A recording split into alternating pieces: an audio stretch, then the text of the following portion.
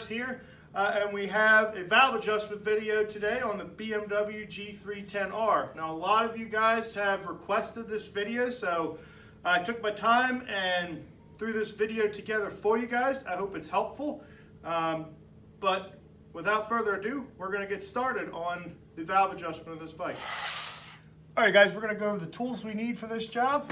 3/8 ratchet. We will need Allen sockets, a 10mm Allen socket, a 5mm Allen socket, and a 6mm Allen socket. We'll also need a 12mm, either 6-point or 12-point socket, and a 3-inch extension. Phillips head screwdriver, number 3, preferably. A pick, magnet, side cutters, feeler gauges, a flashlight, different styles are fine, some zip ties possibly, an electric screw gun, a torque wrench. I got this one from the 1930s, but it will work, so torque wrench, an adjustable wrench, a pair of gloves, some oil to let some parts soak in, brake clean or contact cleaner, and a rag. All right, now the other thing that you may possibly need, if this does need a valve adjustment, it is possible that you'll need shims, but this is the stuff you need to check the valves. If you actually need to adjust the valves, that's something you can get separate. All right, let's get started. All right, guys, so I'm not going to waste time showing you how to get to this point here. I did make a spark plug replacement video, and I'll attach a link in the screen here to where you can find that. One thing you do want to make sure you do is disconnect the negative battery terminal. That way you prevent any sparks. If you accidentally touch something that's hot, it isn't going to spark to the frame. So we're going to start at this point right here. And that is removing the valve cover. So before we do that, we want to put our gloves on. That way we prevent getting any dirt into the actual engine.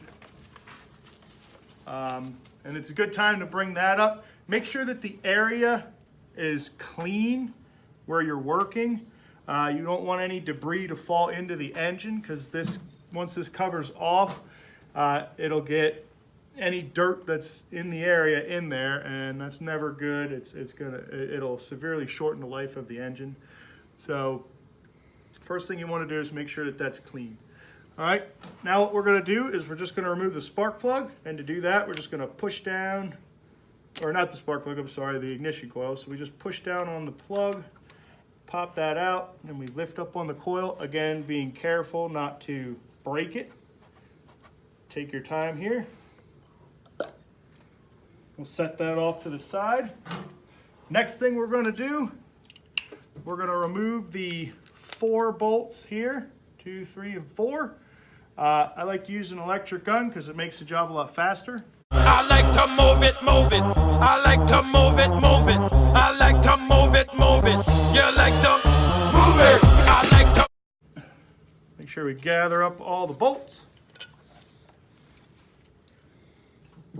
All right, now to remove the valve cover, what we want to do is first lift up and then tilt it toward the left of the bike.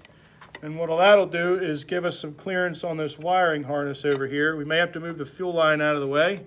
Just give us some access in there. Tilt this down and away. Once that clears all that on the right side, we can then reach our hand in here and slide that up and out. Okay? That's how you remove the valve cover. It may be easier to cut these zip ties away here and move that wiring harness out of the way, but this way works perfectly fine. I didn't have to remove anything. Now we have access to the valve train. All right, now the next thing we want to do is we want to set the timing. So to do that, we'll have to remove this right side panel. So I'm going to get the bike up in the air so we can show you how to set the timing on this bike. All right, now we have to take this side panel off on the right side, and the only reason for that is because we can't actually see the timing gears in there. So we want to get a clear view of that because getting those set properly is critical in this step. So all we have to remove is this bolt here, and then there's 2 bolts on the front side of this on the inside of the panel. I like to move it, move it. You like to move it. I like to move it, move it. I like to move it, move it. I like to move it, move it. You like to move it. All girls all over the world. Original man, stop man, pon your case, man. I love how all girls are move them body. And when you move your body, you move it nice and sweet and sexy. Alright, woman, you're cute. Alright, so to remove this panel, just unbolt those 3 screws there, and then it just pulls off, and then that panel's gone. Alright, now that that panel's off, we can now see our timing marks in here, and we have to make sure that we line those up. So let's go ahead and show you how to do that now. Alright, so to set our timing, we first have to remove this access plug here. It's just that 10mm Allen socket. It's just lefty-loosey. We'll spin that off. That'll give us access to the actual crank bolt inside here. It's just a 12mm socket and a 3-inch extension to get on that. All right, once we're on that, we want to rotate the engine counterclockwise. Okay, so we're going to go this direction here. And as we're doing that, we want to be on the other side of the bike. So get that set up. All right, so we're gonna reach over to the other side of the engine while watching the cams rotate. We wanna go nice and slowly in that counterclockwise direction. And what we're looking for on the front camshaft here is the letters IN with a line underneath them. We want that to be level with the cylinder head gasket surface. And then on the rear camshaft, there's the letters EX with a line under that. And we want that to be level with the cylinder head gasket on the rear camshaft. So do this nice and slowly, get that set up. This is Fox here giving you guys some artwork so that you guys can get a better idea of what it looks like. Thanks, Fox. You're welcome. All right, guys, this drawing here just kind of gives you a better reference. There's cylinder heads nice and flat here, and then we want to make sure that on the intake side you see the in with the little line level with that, and then exhaust there, EX level with that. As long as you have it set up close to that, you should be perfectly fine. Yeah, it's kind of tight quarters in here, but basically you just want those cam lobes, you want those cam lobes facing toward the exhaust on this side and facing up towards the intake on this side. All right, now we'll go over the way you actually check the valves. All right, guys, now on this bike, it does have what the valves are supposed to be set at, and it's located right here on the right side of the bike. It says the intake should be between 0.11 and 0.20 millimeters, and then the exhaust should be between 0.26 and 0.35 millimeter. All right, now before we actually check the valves, I want to kind of show you what I like to do. I like to separate the feeler gauges from the actual set, and then I get a zip tie and put all of the intake sizes it could possibly be on one, and then all the exhaust size of what they could possibly be. That way it's easier. I have exactly what I need. I'm not rooting around for feeler gauges. Another thing, when you're checking the valves, if you want to know what's a good tolerance and what you're actually feeling for, a good thing I always tell people is to take a magnet and take your feeler gauge, just stick it to the magnet and just run that feeler gauge across the magnet. That's what a nicely set valve will feel like, just dragging that across the magnet there. All right, a lot of people go by the go, no go rule of thumb, but sometimes you don't know if you're forcing it in there too much. So again, just run that across the magnet. If it feels like you're trying to force it more than that, then that valve, you should probably go to the next size down and then check it with that. All right, so just a quick little tip for you guys there. All right, now when we check the valves, we just want to start with about the middle range between them. So the intake, which are these two here, we want to start with 7 thousandths because it's between 6 and 8 thousandths. So we will start with 7, and we'll see what that feels like there. All right, so that 7 thousandths feels pretty good. It's kind of hard for you guys to see. I did put a little video of actually how you check it and where you check it. So if you're having trouble seeing it here, I'll put that video up there. All right, and we want to check on the other side, 7 thousandths. That's a little bit tight, so we're going to go down to a 6 thousandths again. All right, that fits right in there nice and easily. So these valves are right where they need to be. That's good. Now we're going to check the exhaust valves. Now the exhaust valve has a wider range. That one goes all the way down to 10 thousandths all the way up to 14 thousandths. So what we're start at is about 12, and we'll see how that feels. Now you got to be careful when you're checking these, because the thicker the clearance, the easier it is to force that feeler gauge in and actually give you an inaccurate reading. So be careful when you're checking these that you're not actually forcing this in, because again, the thicker it is, the more likely it is to actually compress the spring a little bit. So we'll just again go in there and gain access as best we can. And we'll insert our feeler gauge under there. 12. So 12 feels a little tight, guys. All right, feels like I'm forcing that in there. So we'll step back to an 11. Go again.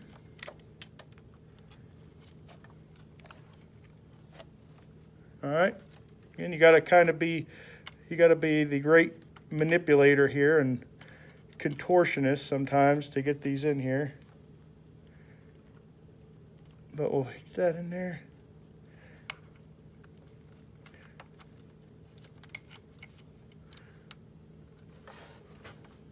All right, 11, that feels good on that one.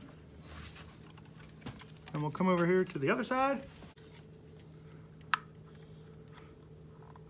And 11 feels good on this side. We'll just go ahead up it to the next size, the 12, and see if we can get that 12 to go in there.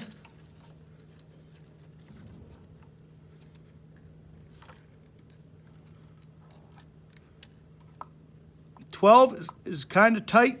Again, we don't want to force it in there, so I'd say this is between an 11 and a 12. Now this bike has low miles on it, so I didn't really expect to have to adjust the valves, but for some of you out there that have a higher mileage motorcycle and you do have to actually change the shim sizes, I will show you that process now.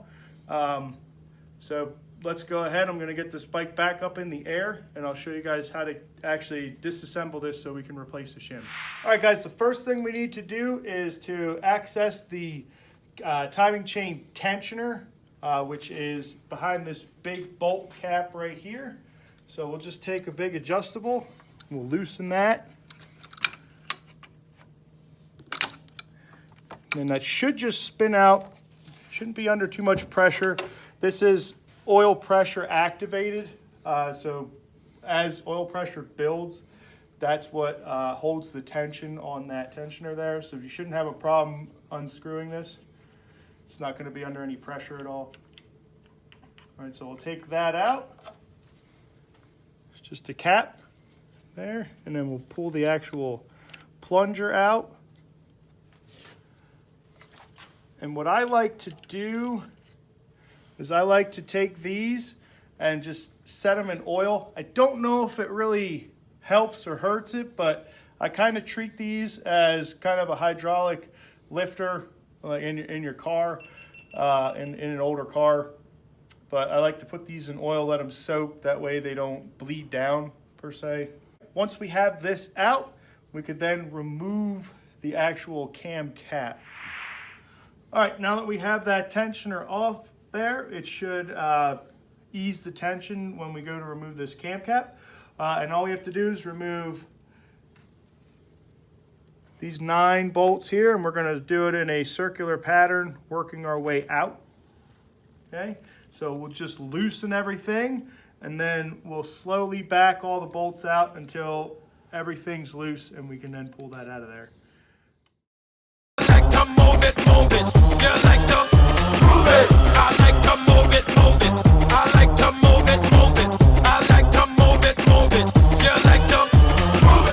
addition to all the bolts on the cam cap, we also have to remove this bolt here. And this holds the chain follower in. So we just have to take this out. It's going to be a bolt with a pin on it. Then we'll take that out. All right, so that's what it looks like. We'll just set that aside. Now we should be able to take our cam cap off. All right, guys, as I was editing this, I noticed one thing. When you're removing the cam cap and you're pulling the camshafts out, at this point, be very careful not to move the crankshaft. It needs to stay in the position it's in currently, so don't tug on the timing chain and don't bump the camshaft in any way. If that gets messed up, you'll have to reset your base timing, which is a process in itself, so just be very careful at this point. All right, that's the one little bit I have for you guys. All right, now we can take this cam cap off, and what we want to try to do is keep all these bolts in here so that way we don't lose the order of how they're in there. If you do, just know that these 3 bolts around the spark plug have copper washers on them. So those are the only special ones with washers on there, but if we just pry up on this, this should pull off fairly easily. We may have to take this cover off here, and all this is the chain guide. So we'll pull that out. We'll set that aside. All right. Now what we want to be careful of when we have this off is there is an O-ring here. Now on some of these higher mileage bikes, you may want to consider purchasing this O-ring if you have to do a valve adjustment and you need to order shims, because these O-rings can dry out, and what will happen over time, if they do, oil will leak into that spark plug galley. So one thing to do is look inside there. If there's oil in there, more than likely that O-ring has failed. So it's just something to look at there as well. All right, now that we have access to our camshafts, we can set this cover aside. Again, staying organized is key. We have little retention clips that go around the cam bearings here, so we want to make sure that we don't lose those. All right, and then we just want to take a look and make sure that everything's there. It's a good time we could take a picture of this to see how everything looks. There is a locator pin here, and there's also a locator pin on the back side here on the camshaft cover. Now what may happen is this may stay in here and vice versa, same with this. So just make sure you have 2 locator pins when you put that cover back on. So we'll do this a side at a time. We're going to work on the intake side here. So all we want to do is pop this chain off, and we'll leave it attached to the exhaust cam. Then we'll just simply lift up and out of the way that intake camshaft. We'll set that aside. And now we have access to the cam followers. All we have to do is just push those up and out of the way. That gives us access to our shims here. We can just take our magnet, remove our shim, and then I will have a video on how to actually check your shim sizes. I'm not going to go into detail on that because it's a pretty involved process on how to get the right shims selected. But once you get the right shim selected, it's as easy as taking this and flipping that back up, a little feeler, putting your shim back in there. Make sure that it's sitting flush the whole way around. You could take a little dab of oil, put a little dab of oil on top of that, push that finger back down on there. And when we put our camshaft in, again, we want to make sure that this intake mark is lined up, again, flush with the head. So it may take a few tries, but when we reattach it to the timing chain, we want to make sure that that's sitting flush with the cylinder head, okay? Another thing to keep in mind, we got to make sure that this clip rides inside this recessed groove inside the cylinder head here. All right, that's what keeps that bearing from moving back and forth. So I'm going to try my best to show you. We're going to set this camshaft in. Make sure we line those retention ring up with the little slots there on the actual cylinder head. Then we'll bring this timing chain over. We'll hook that back onto cam gear. We want to make sure that we get that intake mark lined up with the cam. Now, again, some finesse is going to be needed for this, so don't get discouraged if you don't get it right the first, second, even fifth time. It's going to take a little bit to get it right, so be patient. You will get it. All right, guys, now that we have the intake camshaft back in there, the exhaust is done the exact same way. You just remove that exhaust cam. Again, let that chain hang on that intake cam. Take your shims out, replace them if you need to, and then you just set the timing up.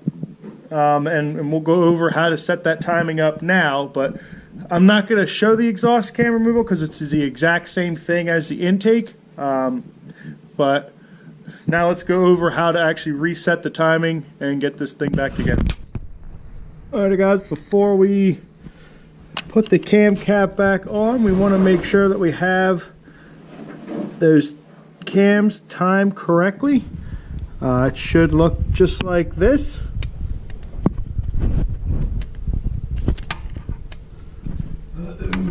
It's going to be hard to show you guys, but again, have that exhaust level, the intake level there. As long as you have them set up like this, look down here, that's what the lobes should look like on there. Make sure again that this clip here is riding inside this groove here, and then the same on this other side here. All right, if you have all that set up just like this, we'll be ready to put that cam cap back on, torque it down, and once we have that torque down, we can then put the tensioner back in. So I'm going to go ahead and clean all this stuff up here, just a little bit of contact cleaner. I'm going to clean all this stuff up here, and then we'll put that cam cap back on. All right, now I have a lot of people that ask if they should replace this gasket. As long as the gasket is still pliable, it should be fine. BMW did design these to be reusable to a certain extent. If you want to be 100% guaranteed that it's not going to leak, because this is such a big job to get to this point, go ahead and just get a new gasket. I don't know the pricing, but I will attach a link in the description below to where you can get these gaskets. But myself, I'm just going to reuse this because this is a low mileage engine and this gasket isn't torn and it wasn't leaking before, so it shouldn't have a problem when we button it all back up. All right. One other thing, before we put it together, we'll just put a little dab of oil right here on these cam lobes, as well as where the cam cap rides, just some clean oil on there. Then we'll go ahead and pop that cam cover back on there. Now we have the timing set, we can take and put our cam cap on again.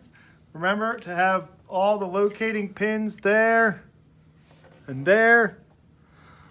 We also want to make sure that this O-ring is in place and we're not going to kink that O-ring when we put this cap back on. All right, and if you look right here, there's little grooves for those bearing locators there and there. So we got to line all that stuff up when we put this cap on. So be patient, it'll go on. You just want to kind of drop that on there, make sure everything goes on there nicely. We can take the back of the screwdriver here and we can tap down, make sure it's nice and flush. All right, then we'll take our timing chain guide. It's easier if we just remove the bolts from that. We'll just set that in there and put the bolts back in. They're both the same length, so it doesn't matter. You're not going to get them mixed up. Just put those in.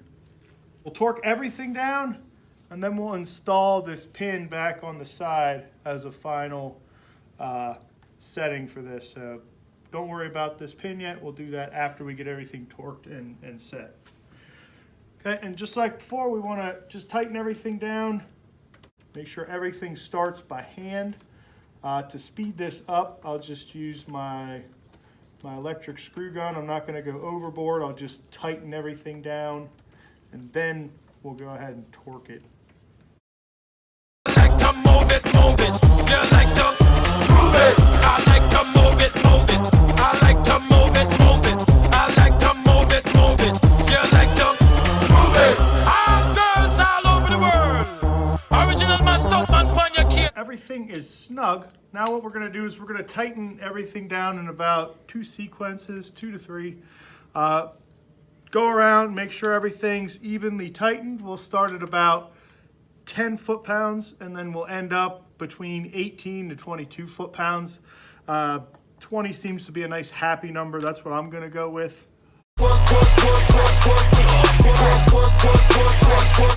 Step 1. Now I'm going to go to about 15. All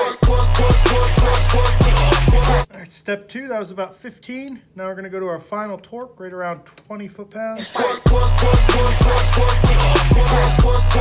right, once that's all torqued down, we can then put in that pin on the side there to hold the front of the cam chain guide in. We'll just put that pin in there, make sure it lines back up with the little plastic guide. We'll just tighten this down. You guys could torque it. I'll put a torque down below, but just make it snug. You don't have to go overboard.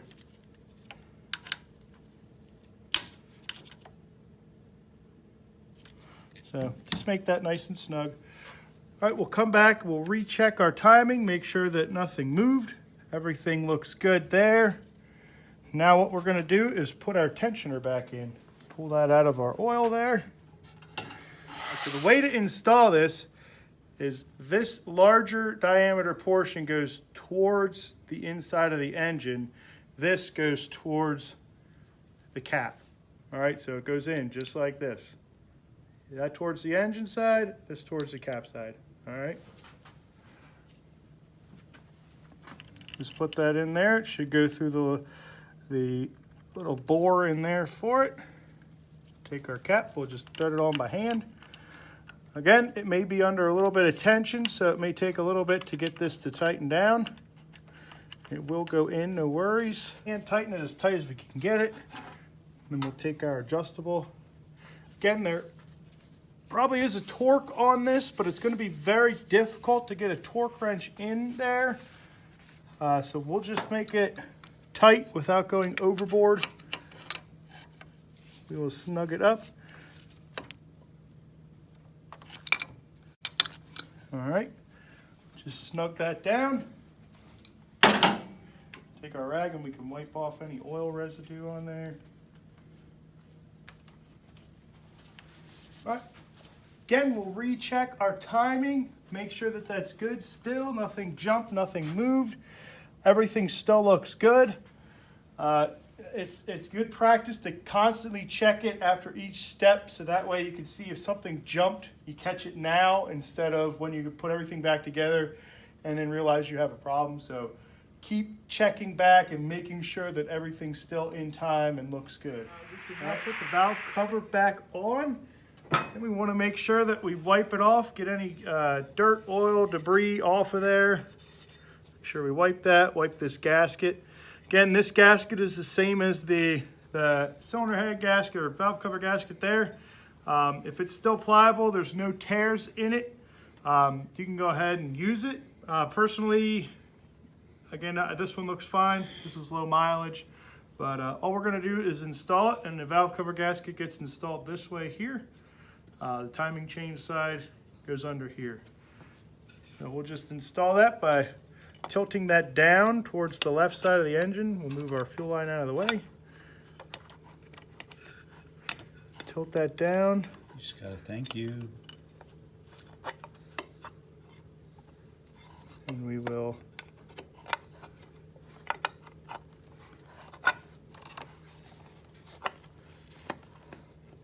pop that under our wire.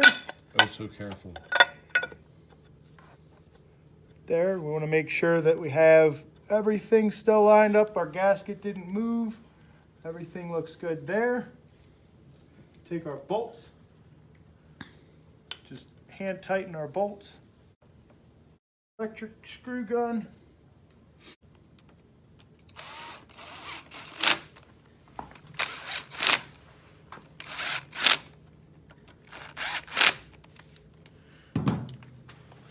Now you guys can torque these.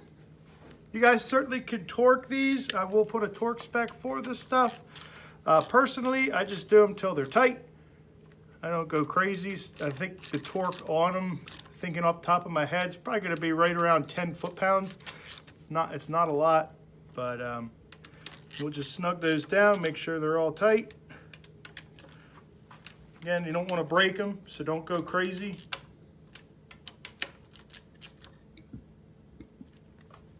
Once those are tight, take our ignition coil, pop that back in there. Then immediately after we pop that ignition coil back in, we want to plug it back in. That way you don't forget, all right? That's how you check the valves, guys. I'm just gonna speed it up. I'm gonna get the gas tank on, and then we're gonna start it. We're gonna make sure that it runs and has no issues. So I'm gonna go ahead and do that now. Move it, move it. You like to move it. I like to move it, move it. I like to move it, move it. I like to move it, move it. You like to. All right, so we have the gas tank back on, guys. Now what we're gonna do is make sure we put this timing cover back on here, this plug cap. If you didn't already do that, don't forget that, else you'll have oil everywhere.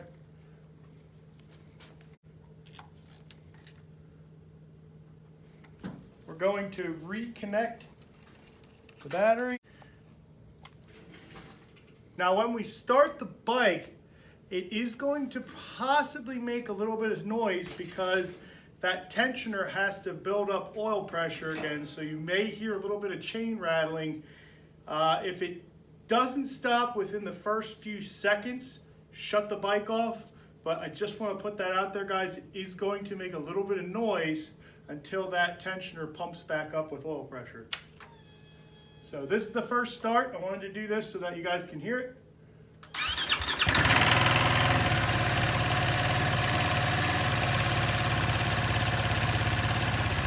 Show you.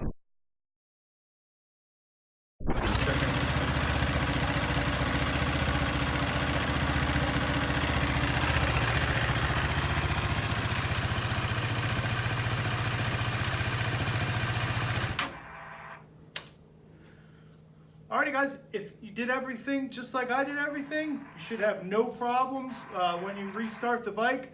It is a little nerve-wracking to start a bike after you do check the valves or after you adjust the valves because you were so deep in that engine, but take your time, watch this video again and again if you have to help you get that set up perfectly. And as long as you do that, guys, you should have no problem adjusting the valves in this motorcycle. I'm gonna go and put this bike all back together. Thanks for checking out the video. If you like this video, leave a thumbs up in the comments below. Leave a comment on any future videos you'd like to see. Again, I'm Matt. This is MotoWorks. Thanks for checking out the video, guys.